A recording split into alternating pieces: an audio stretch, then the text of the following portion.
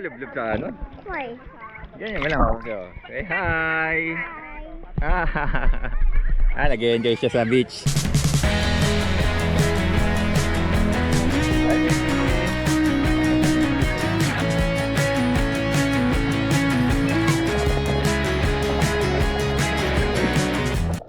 Good morning, good morning. Tara, samahan nyo ako sa video ito at tignan natin kung gaano nga ba kaganda ang pinamalayan sa mata namin na first time pa lang makakapunta dito. Down, we're here at Calapan. Well, you know. Ay na, Calapan na tayo. Mami, Calapan. Are you ready for change? We could be kings and queens every day. On the low. At syempre, di magsisimula ang biyahe na to na hindi tayo nakakapaglaman ng ating tiyan. Kaya tara, kain muna tayo. Ayun! Gusto daw niya na red ng puwan. That's para ka naman. Chicken mo pa. Damis na over muna. Namin kain na.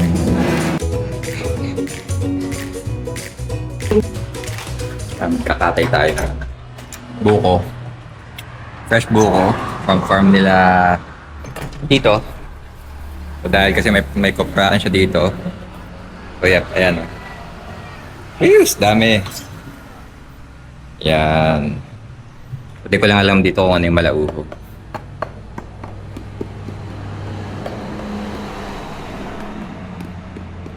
Ito ata.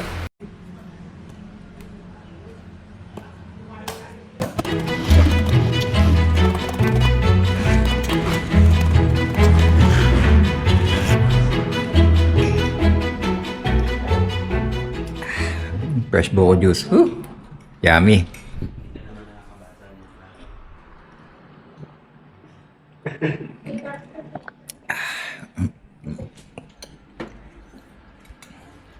Yummy yan. Yeah. So good. Good. Nakamiss magbuko juice. Kami yan sa Airbnb na pinuha ng aming kapatid at ng best friend niya. At syempre, papahuli pa sa show na ito ang bida ng mga video ito. Kaya ito, nagsasayo ng 2 bagets. Kaya naman tamang-tama lang itong video na ito para mauna ng bawat sandali ng kanilang kasiyahan. At kung paano nila enjoy ang bawat sandali na magkasama sila magpinsan.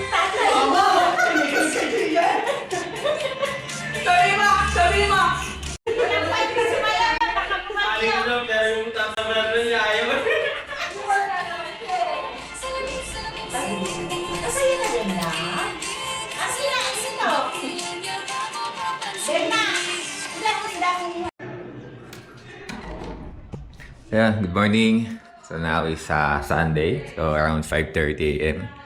Yep. Grabe ang ganda dito. Damn. Ano, mag-aalmusal lang kami. Then pupunta na kami sa beach. Sana kayo sa beach. Malapit lang ata dito pa habang mga 5 to 10 minutes ng biyahe. So kain na muna. Pag ano muna tawag na libre tayo. Pagod na lang ako eh. Good morning. Coffee muna. Ito yung almusal muna namin bago pumunta ng ilog. I mean ng beach. Oh, sila getting ready.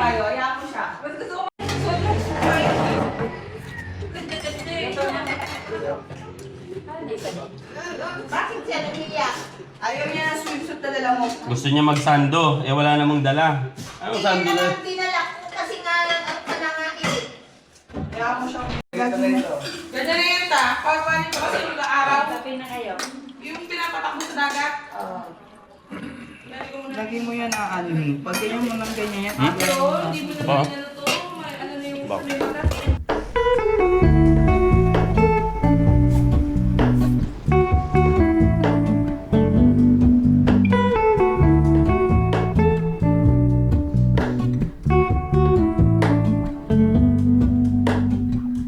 Hello, Ramona. Hi guys! I can't shake Punta na kami sa ano, Airport. Kabataha Reef. We stand on the opposite shore. Hello, Ramona. reach through mysterious ceilings, my only hope. I look for the things I don't know.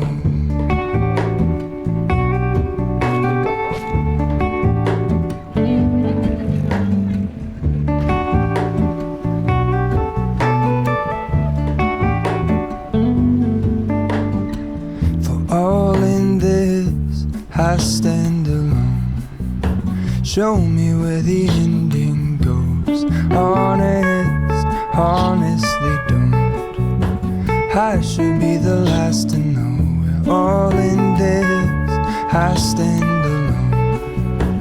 Show me where the ending goes. Honest. Sunrise Beach. Ito lang sa Pinamalayan ata ito. Hi baby.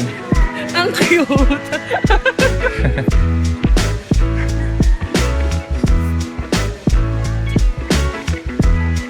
Yaya yung beach oh.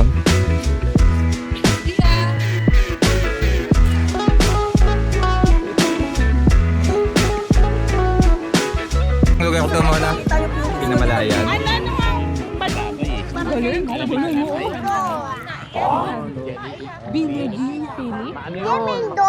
Mindora daw to, Daddy. Lumang bayan. Lumang bayan. Mindora. Nasaan So, ka ngayon? lumang Nasa bayan daw to. Mindora. So, sana kayo. Ikaw, nasaan ka ngayon? Open beach lang ako. Nasa Mindora. Tapos yung bayad namin sa cottage, 500 lang.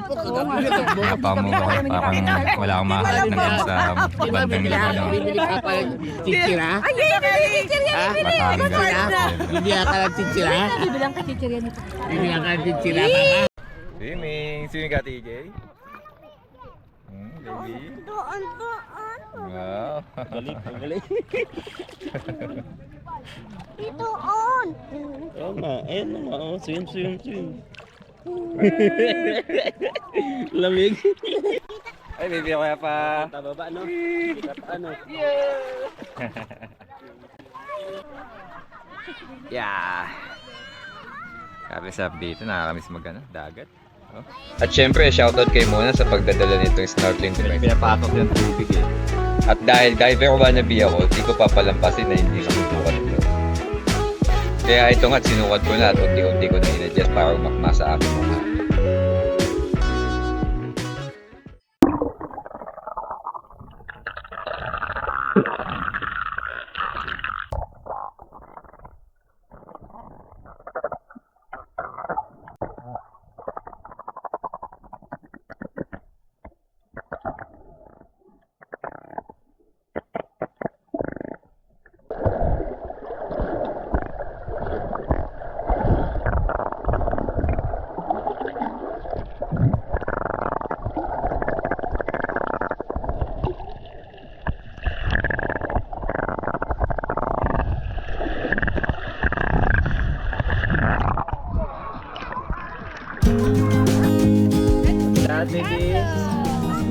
Castle?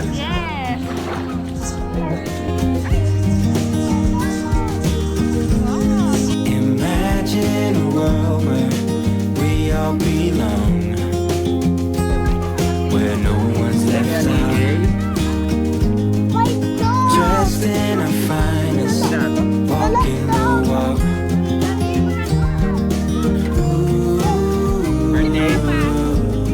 Imagine what we could do. Happy days be our guests. Happy days manifest. Sa beach, yeah.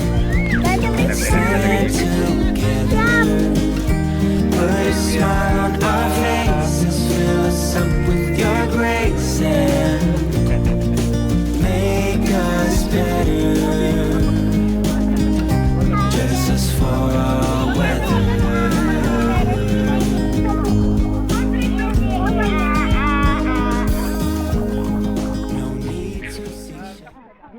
Ito naman kami ngayon sa farm nila dito. Sa farm ng Forfieda family. Solid daw yung view dito eh. Kaya ito, switch mode tayo sa 360. Makita yung kabuuan. Tulog ka na? Oo. Dito po. No?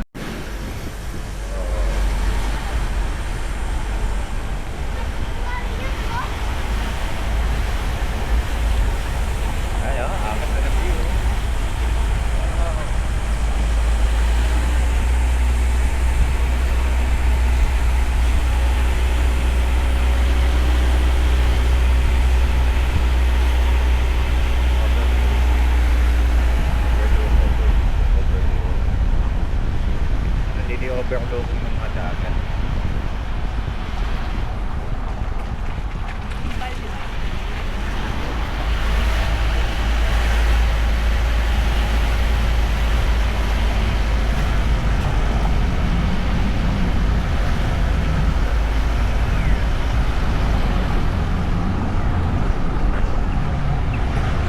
Wala sa ako.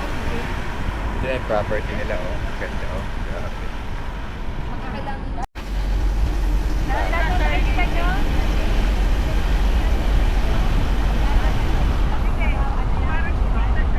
Asan? Ay, yung mga buko?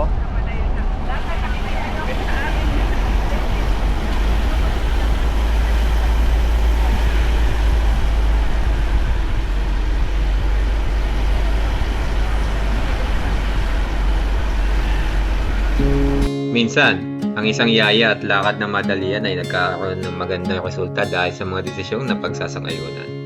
Para sa akin, anumang biyahe, mapabiglaan o maikli, mahaba man o matagal ay nagiging magaan dahil may mga taong kasama ka at komportable. Hanggang sa di mo na namamalayan, nandun ka na pala sa destination mo. Mula sa unang takbo ng mga gulong hanggang sa unang simoy ng hangin sa tawid dagat, parang automatic nawawala lahat ng dalain mo. Habang pinapanood namin ang dagat at habang tumatawa sa random na kwentuhan, habang pinapanood ang mga bata na sobrang nag-enjoy, doon ko na lang naiisip. Ito talaga yung mga moment na gusto mong balik-balikan pag natapos na. Simple lang, hindi rin pinagplanuhan pero masaya at natatangi. At siguro, ito talaga ang purpose ng pagbiyahe na ito. Hindi lang para makita ng bagong lugar, kundi para mas maramdaman mo ang kalawakan ng mundo. Mas makilala mo ang pamilya mo at mas maalala kung bakit ka nagsisikap. Pinamalayan, maraming salamat sa mabilis pero makahulugang pahinga. Hanggang sa susunod na biyahe. Dahil minsan, kailangan mo lang talagang umalis sandali para mas ma-appreciate mo ang bagay na iyon bago mo waglit.